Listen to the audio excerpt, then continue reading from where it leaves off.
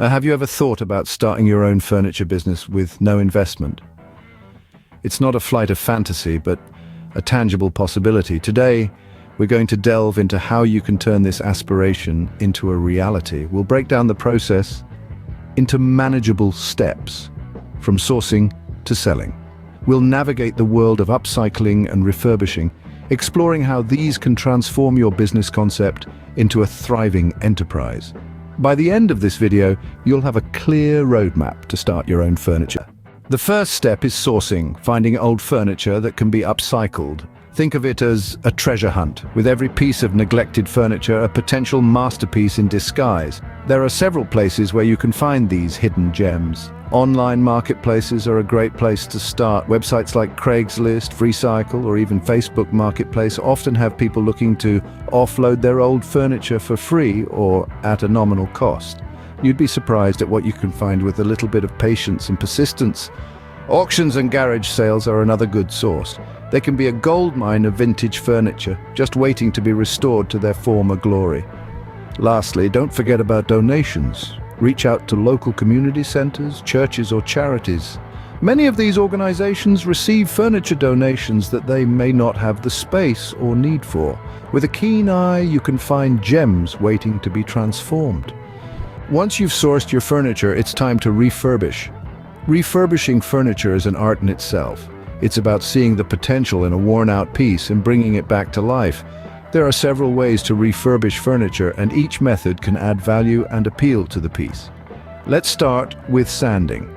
This process is about smoothing the surface and removing any old paint or varnish. It can reveal the hidden beauty of the wood grain beneath, making the piece look fresh and inviting. But remember, always sand along the grain of the wood, not against it.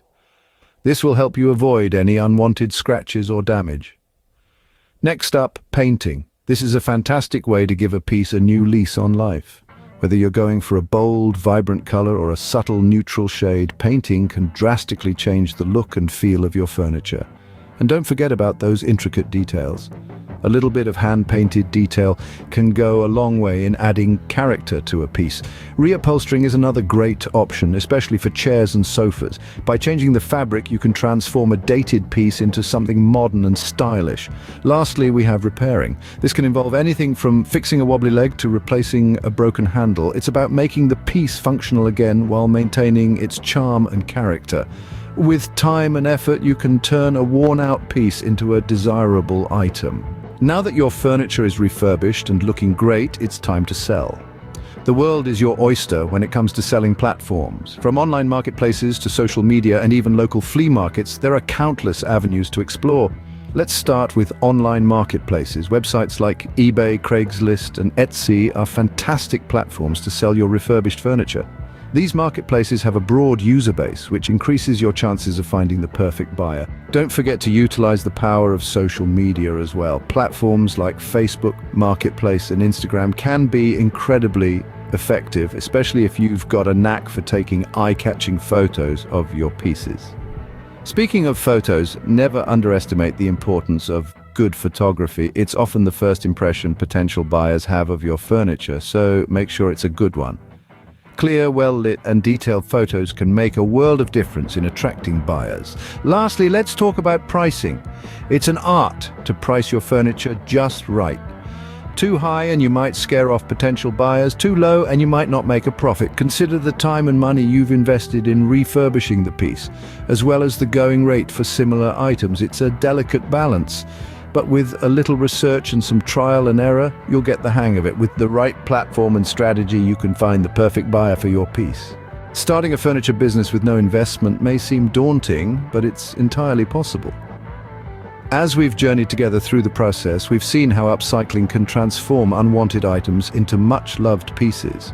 It's not just about saving money, it's about creating something of value from what others have discarded. We've explored how to source furniture, diving into the world of garage sales, thrift stores, and online marketplaces.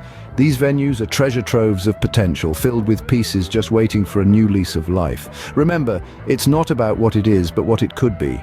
Then we delved into the art of refurbishing. With a little creativity and elbow grease, you can breathe new life into old furniture. Sanding, painting, reupholstering, these tasks might seem daunting at first, but with practice they become second nature. And the satisfaction of seeing the transformation is truly priceless. Lastly, we touched on selling your furniture. From setting up an online store to showcasing your pieces at local markets, there are numerous ways to reach potential buyers. Pricing is crucial, of course, but so is presenting your pieces in the best light. So, what are you waiting for? The world of furniture upcycling is waiting for you. Take that first step. Start small, learn as you go, and let your passion guide you. With creativity, effort, and a little business savvy, you can turn your passion for furniture into a profitable business.